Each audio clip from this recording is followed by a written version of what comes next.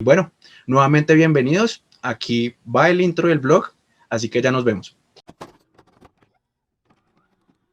Abre mis ojos y mírale las maravillas de tu ley.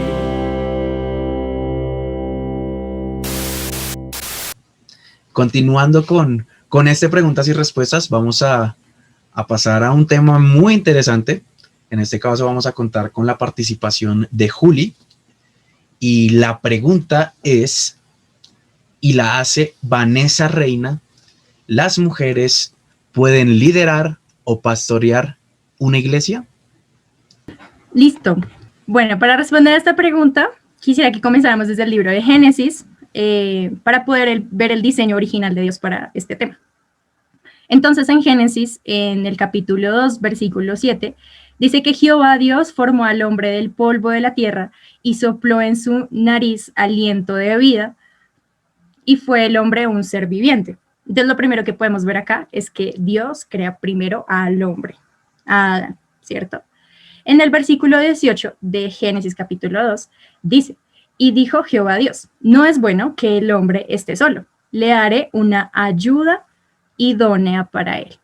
Vio la necesidad que tenía Adán de crearle a una mujer.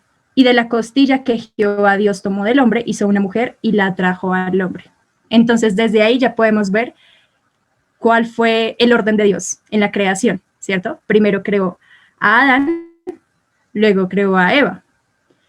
Ahora, el diseño es claro, ¿cierto? ¿Cuál es ese diseño? El diseño es que Adán fue formado primero, luego Eva, pero cada uno con un rol diferente. Dios, en Génesis podemos ver cuál es ese rol que le da tanto al hombre como a la mujer. ¿Cuál es el rol que le da al hombre? Pues al hombre le da el rol de ser autoridad sobre su hogar, sobre su mujer, aún incluso sobre la iglesia. ¿Y cuál es el rol que le da a la mujer? Pues el rol que le da a la mujer es que debía ser ayuda idónea para el hombre, ¿cierto?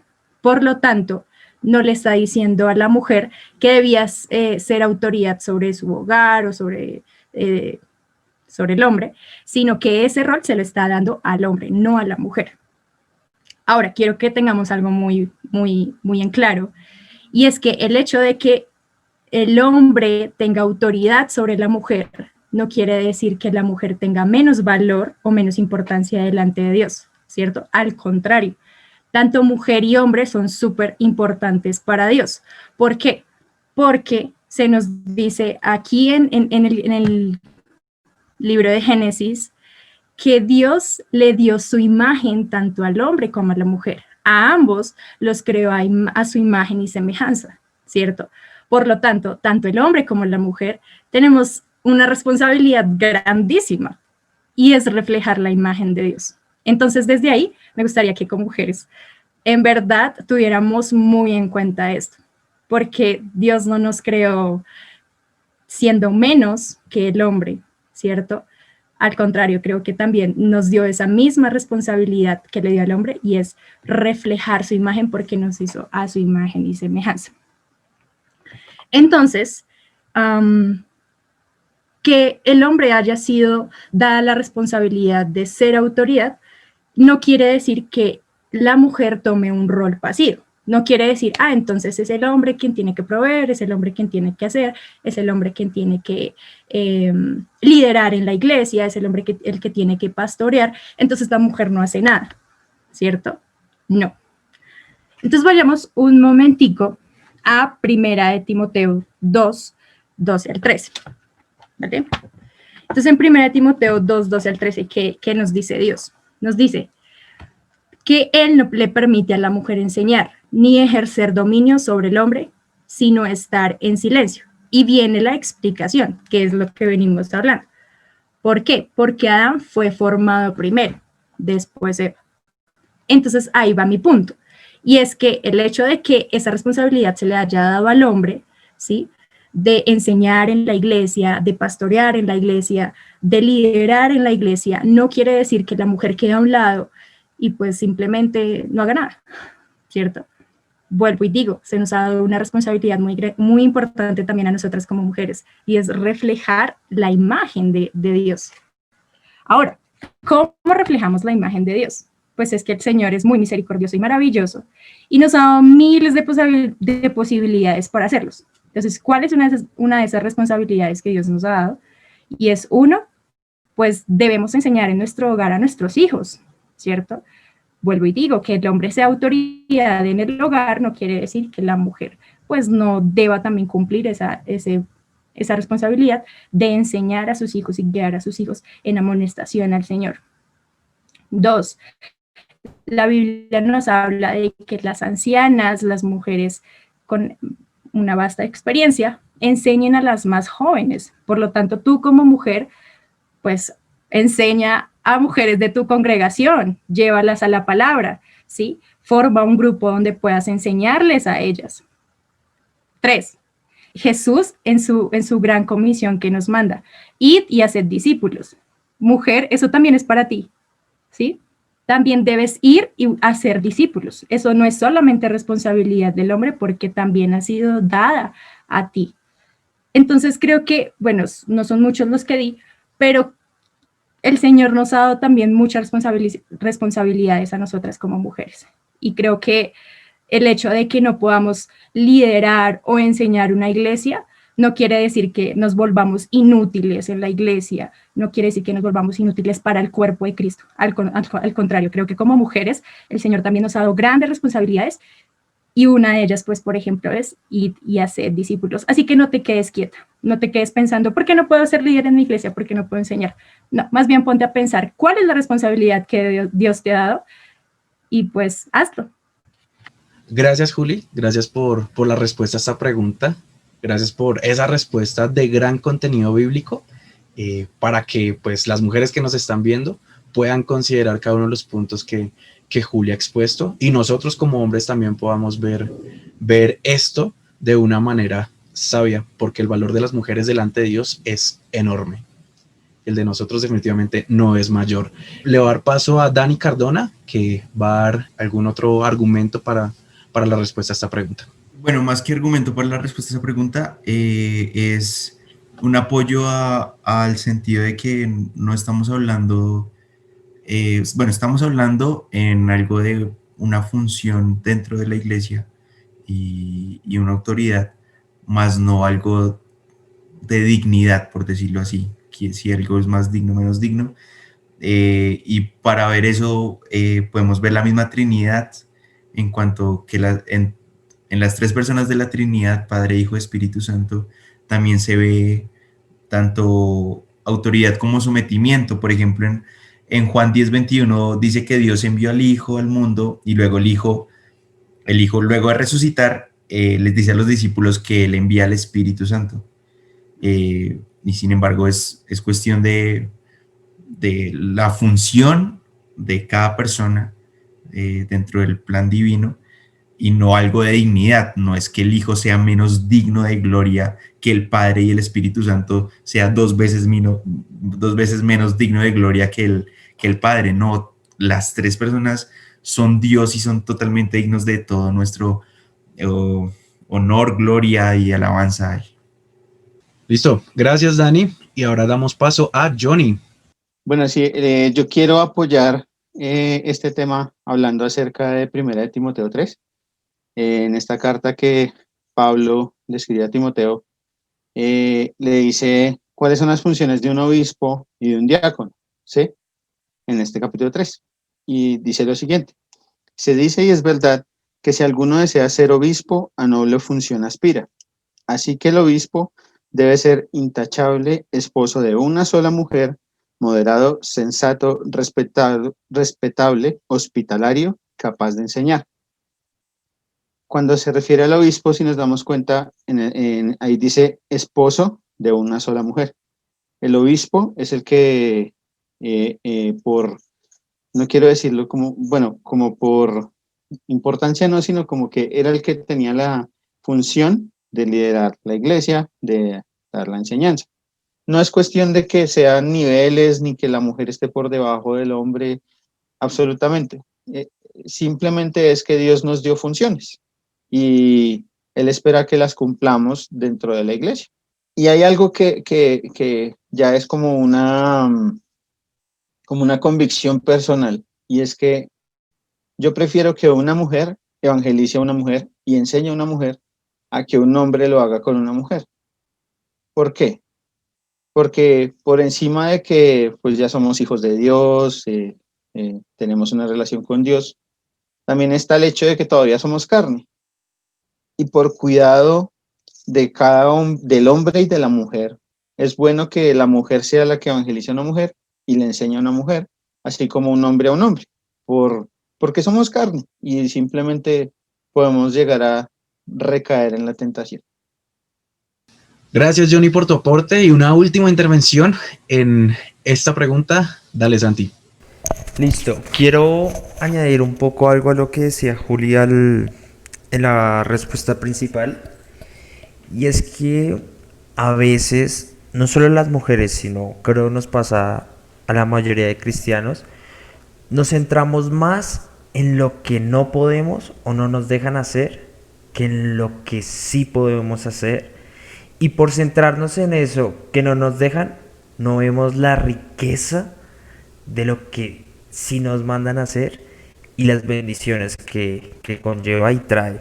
Y para eso rápidamente una escena, no la voy a leer completa, en Lucas 7, la mujer pecadora, seguramente muchos conocen este pasaje, para los que no la encuentran en Lucas 7:36, pero se trata de una mujer que entra a la casa de una persona muy, por decirlo así, muy importante en Israel. Ella entra a la casa de esta persona porque Jesús estaba ahí, se le llama como la mujer pecadora y ella empieza a llorar y a lavar los pies de Jesús con un perfume muy, muy, muy caro. Después, esta persona importante le dice a Jesús como, o bueno, piensa en su mente, perdón, como, uy, si supiera Jesús quién es esta mujer, no lo dejaría que le lavara los pies y demás. Y después Jesús le dice como, le hace una parábola y después les dice como, ¿ves esta mujer?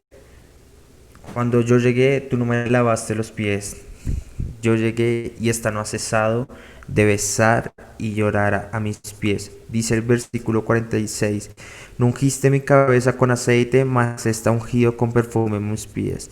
Por lo cual digo que sus muchos pecados le son perdonados, porque amó mucho más porque amó mucho, más aquel a quien se le perdona poco, poco ama.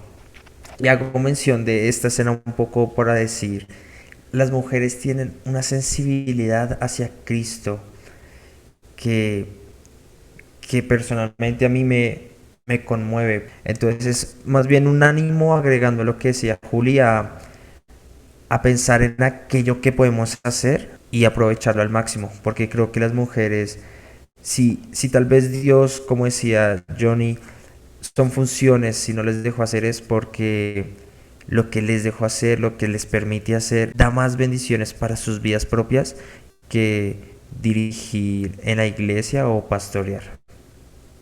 Listo, muchas gracias a todos por sus participaciones. Creo que algo a resaltar en las respuestas a estas preguntas, a esta pregunta particularmente, es la cantidad de Biblia que hubo en las respuestas.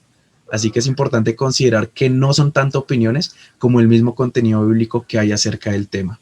Entonces, para que lo tengamos muy en cuenta y recordar, mismo valor, diferentes roles que podemos tener. Y continuando con esta misma línea de preguntas acerca de mujeres, vamos a hacer una pregunta que llegó por partida doble. La hicieron dos personas, exactamente la misma pregunta, la hizo Silvia Martínez y Mauricio, no tengo el apellido porque solamente aparecía Mauricio, y la pregunta es, ¿deben usar las mujeres el velo? Y para responder esta pregunta, vamos a contar con la respuesta de Juanda. Dale, Juanda, sigue. Cuando pensamos en el velo y en tratar de responder esa pregunta, alguien dijo, el primer pasaje que se nos viene a la mente es 1 Corintios 11. Y efectivamente es así. Entonces, no tenemos tiempo para leer todo 1 Corintios 11, pero deberían tomar el tiempo para poder llegar a sus propias conclusiones.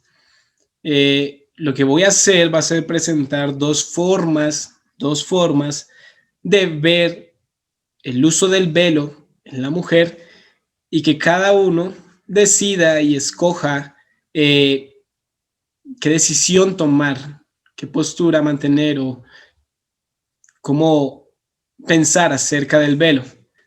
Lo primero que hay que tener en cuenta es que este pasaje está en un contexto de autoridad. Pablo nos está explicando cómo funciona la autoridad en la iglesia, cómo funciona la autoridad en lo que tiene que ver al servicio a Dios y en las reuniones de iglesia. Entonces, vamos a hablar un poco, entender un poco Pablo nos está hablando un poco acerca de esas funciones de autoridad que él mismo ha establecido por diseño. Teniendo eso claro, entonces podemos ver dos posturas, como les decía antes, acerca de lo que es el uso del velo y de cómo interpretar este pasaje. La postura 1 podríamos llamarla que es una cuestión cultural. Ven el velo como una cuestión cultural. Esta forma de interpretar el uso o no del velo nos dice que se trata más de lo que en tu cultura te hace ver femenina. Esto lo hacen a partir de las afirmaciones que Pablo hace en 1 Corintios 11. Entonces, podríamos preguntarnos, ¿qué te distingue hoy en día en tu cultura como mujer? ¿Qué te hace ver femenina y aceptar tu rol dentro de tu congregación y dentro del funcionamiento dado por Dios? Básicamente, esta forma de ver este pasaje nos dice que no es necesario que la mujer use el velo siempre y cuando esta mujer esté guardando, según la cultura en la cual se encuentra, las proporciones que la identifican como mujer, su pelo largo, sus artículos de belleza, su maquillaje, no sé, su forma de vestir, todo eso que la identifica como mujer y que no se revela en contra de su autoridad. Entonces, eso le podría servir como símbolo de la autoridad que Dios ha puesto. Ahora, la siguiente postura que encontramos acerca del uso del velo es que el uso del velo es una cuestión de un símbolo espiritual. Nuevamente, como les decía, en esta postura se trata mucho lo que es el contexto del pasaje, debido a que este pasaje se encuentra en un contexto de símbolos y de autoridad.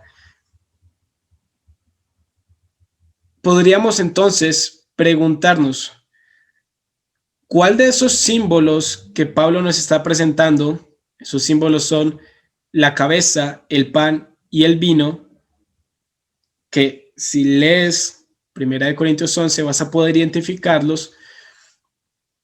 La pregunta que viene a nuestras mentes entonces es, ¿cuál de esos tres símbolos entonces es cultural y cuál de esos tres símbolos entonces es un mandato o es un símbolo divino que debemos seguir?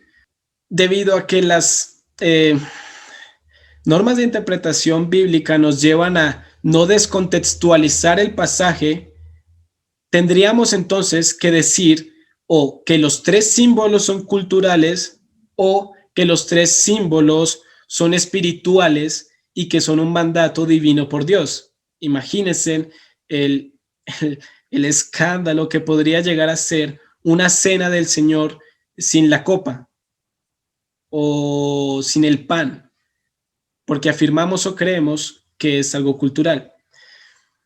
Entonces, esta postura lo que nos dice es que el símbolo del velo representa la autoridad que Pablo nos explica por inspiración divina, representa la autoridad que Dios ha puesto en el hombre debido a la función que le ha delegado, no por inferioridad, no porque la mujer sea menor, como ya hemos hablado, simplemente por diseño, por funciones.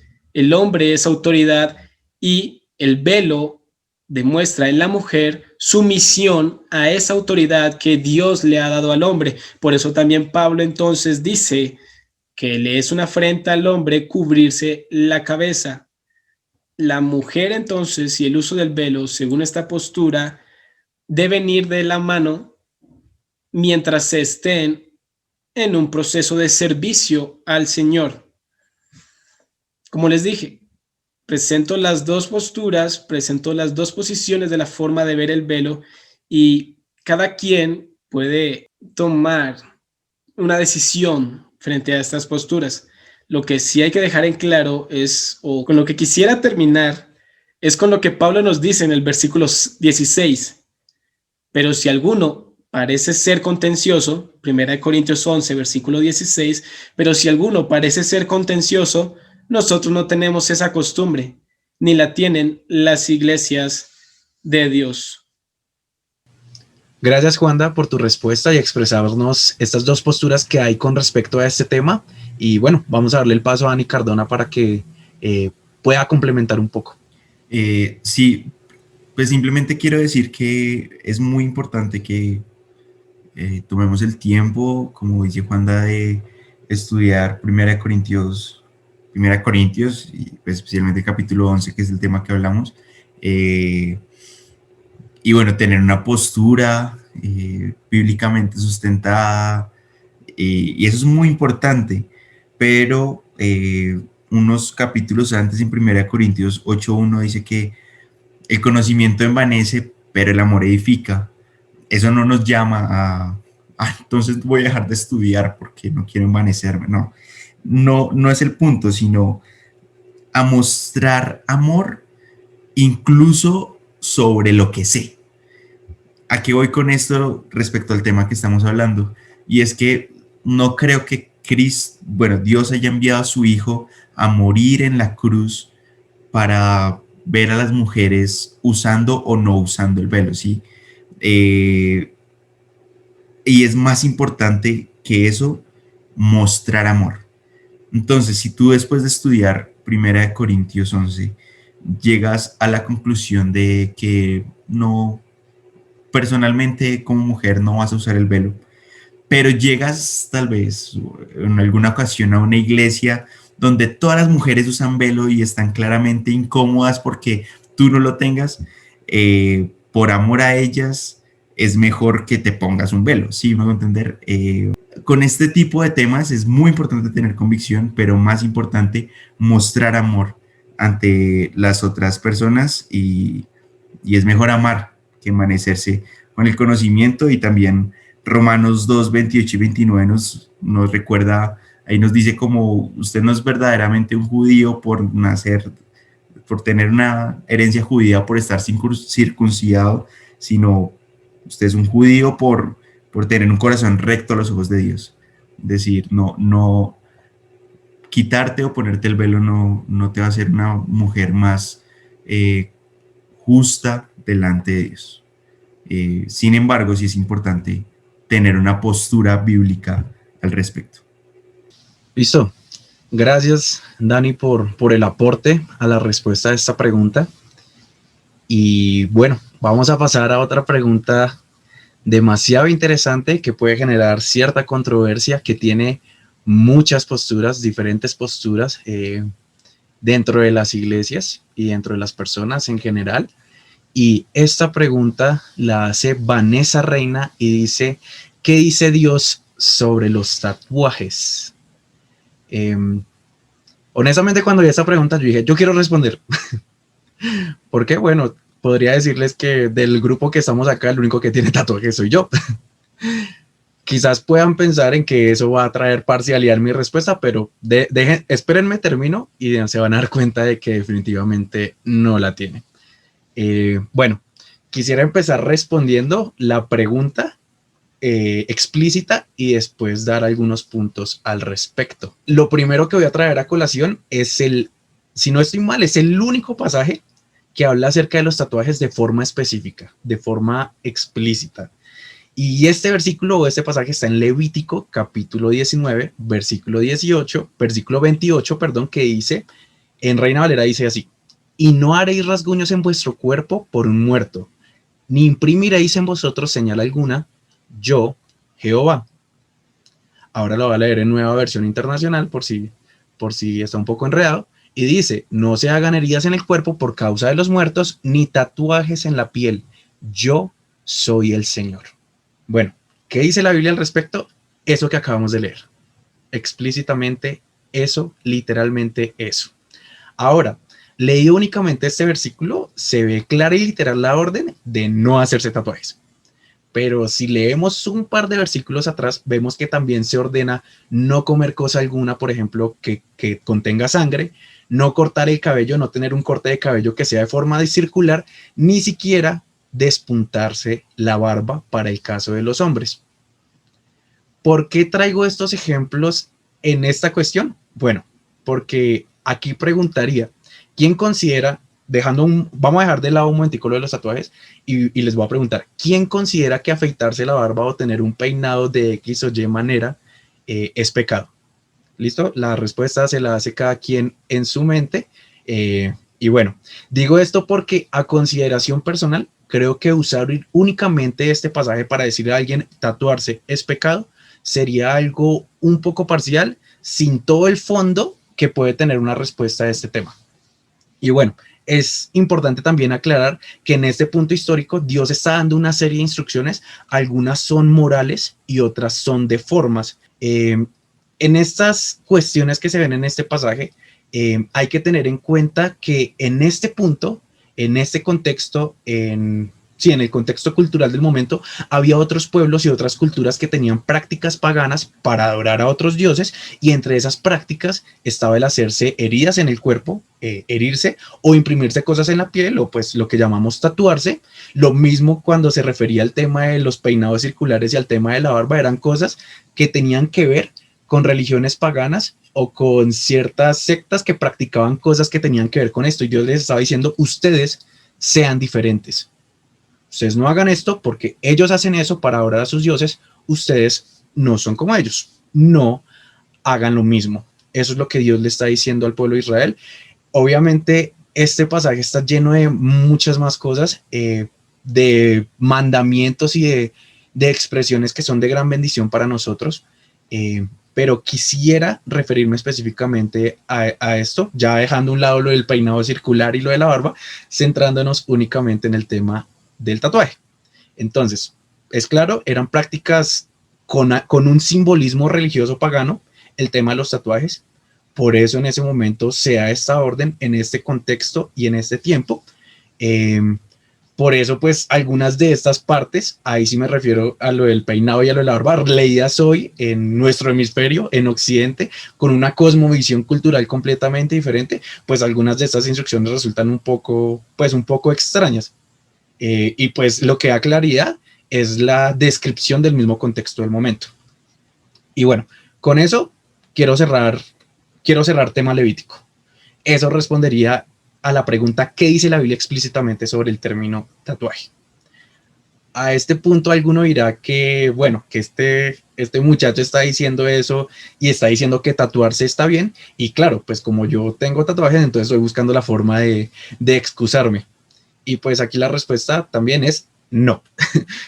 Si se los dijera por gusto o por percepción estética personal, yo tendría todo este brazo tatuado porque a mí me gustan mucho los tatuajes. O sea, personalmente me gustan mucho y por mí fuera todo este brazo estaría tatuado. El resto no me gustaría, pero por lo menos este brazo sí. Pero hoy puedo decir con total seguridad que no lo haría. Yo no lo haría, no me interesa, ni lo tengo como un sueño frustrado porque quizás otros puedan pensar que no debo hacérmelo y por eso no lo hago. En realidad, eso no pasa por mi cabeza. Pero asimismo, pues tampoco veo el hecho de que una persona pueda decir literalmente esto es pecado, y quiero explicarlo un poco.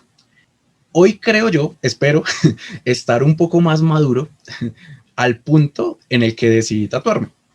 ¿Y por qué digo eso? Porque lo que puedo llegar a pensar hoy es que, pues en realidad, si lo veo en términos generales, pues no es algo que valga la pena o que sume de una manera que pueda ser positiva. Es decir, cuando pienso en las motivaciones que generalmente vienen detrás de hacerse un tatuaje, que pueden ser muy variadas, termino preguntándome, ¿es bueno hacerme un tatuaje?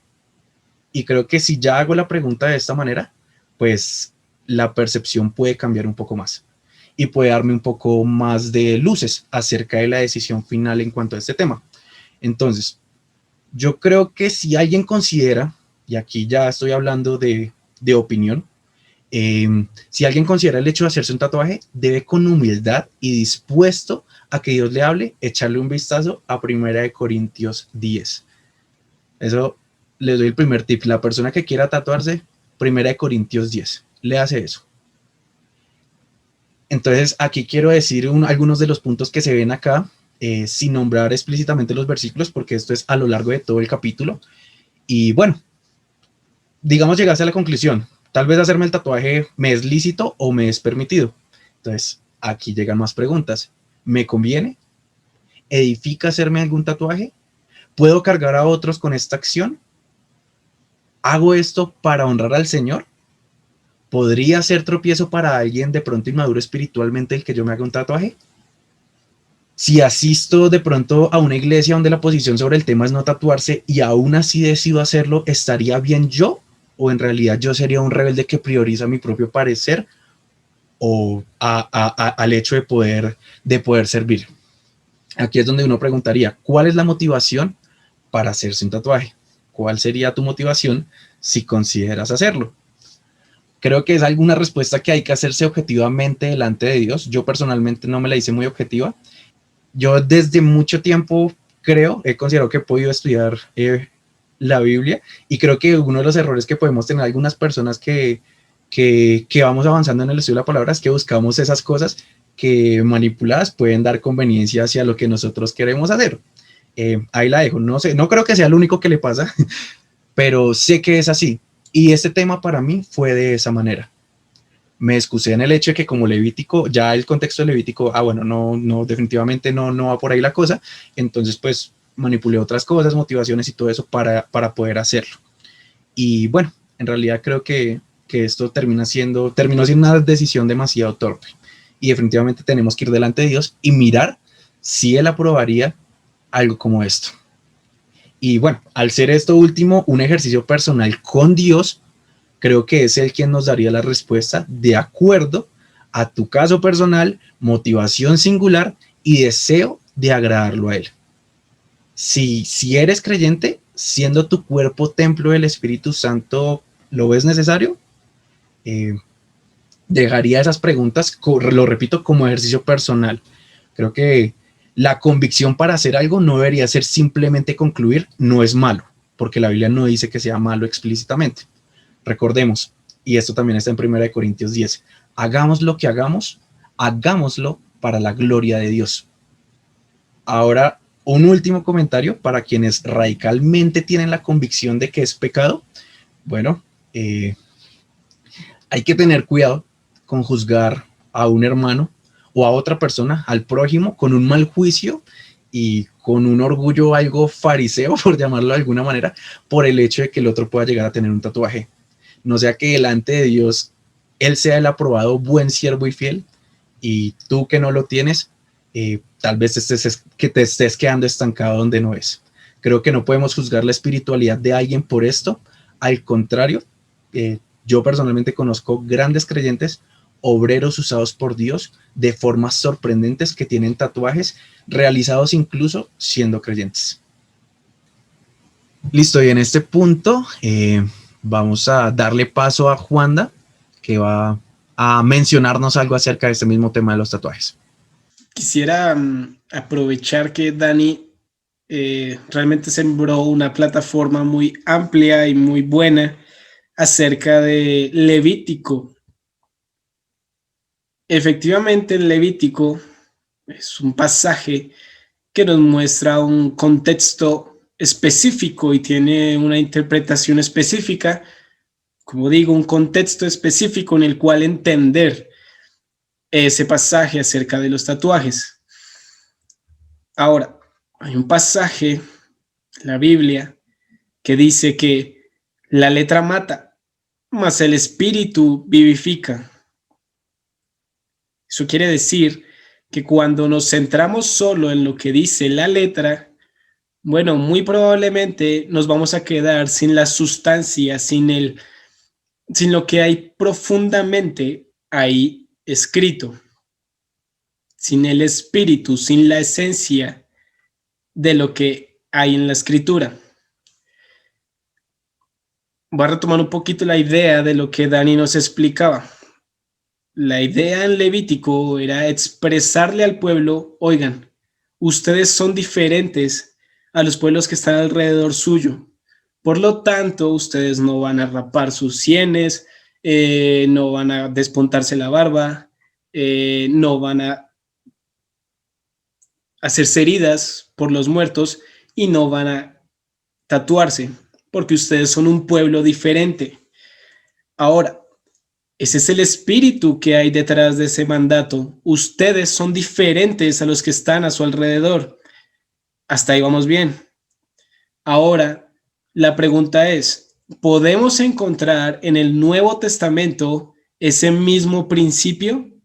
¿Podemos nosotros encontrar en el Nuevo Testamento ese mismo principio que nos dice, oigan, ustedes son diferentes a los que están a su alrededor, por lo tanto, compórtense de una manera diferente? Más allá de todos los pasajes que pudiéramos citar, mi preferido es Romanos capítulo 12, versículo 1 y 2.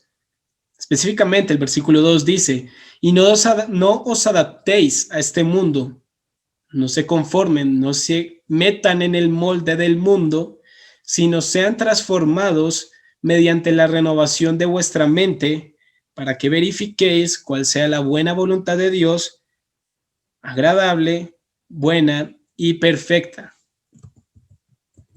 Entonces, encontramos ese mismo principio que el Señor quiere dejarle o darle a su pueblo, reflejado aquí en el Nuevo Testamento. Somos un pueblo diferente, somos gente llamada a ser diferente. Tal como el principio que está en Levítico es ser diferente, nosotros tenemos ese mismo principio. Sé diferente, como leíamos, no te metas en el molde, no te acomodes a lo que el mundo te dice de cómo debes lucir, cómo debes aparentar, para encajar en lo que el mundo dice. Ah, eres un joven como nosotros, ven, bien, te aceptamos. Bueno, eso precisamente es lo que el Señor nos está mandando a hacer, a no hacer, a alejarnos. No seas igual, no te amoldes al mundo. Ahora, una vez tuve una experiencia interesante donde nos invitaron a una comida con una familia. Llegó uno de los hijos de esta familia. Este joven no es creyente.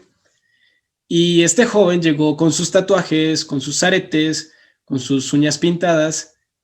Y mi papá luego con el tiempo, a las horas siguientes, me hizo la reflexión: si tú lucieras igual que ese joven, ¿él notaría la diferencia? ¿Él sabría que tú eres un creyente? ¿Él sabría, por cómo te ve, por cómo luces, diría, hey, sí, esta persona es diferente, esta persona no es como las demás? No, si yo luciera como él, si yo tuviera tatuajes como él, si yo tuviera aretes como él, si yo tuviera las uñas pintadas como él, para poder encajar en el molde del mundo, pues, hombre, no me van a poder distinguir como alguien diferente y estaría violando un principio claro, explícito que el Señor ha dado a conocer. No te amoldes a este mundo, sino sé transformado en tu espíritu, en tu mente, en tu ser, por medio de conocer la voluntad de Dios, lo que es bueno, lo que es agradable y lo que es perfecto. Muchas gracias, Juanda, por el complemento a la respuesta a esta pregunta. demasiado importante que podamos tener en cuenta tomar la decisión correcta. Recordemos, no solamente basado en aquello que tal vez concluimos que no es malo, sino de verdad la conclusión y la decisión correcta inspirada por Dios.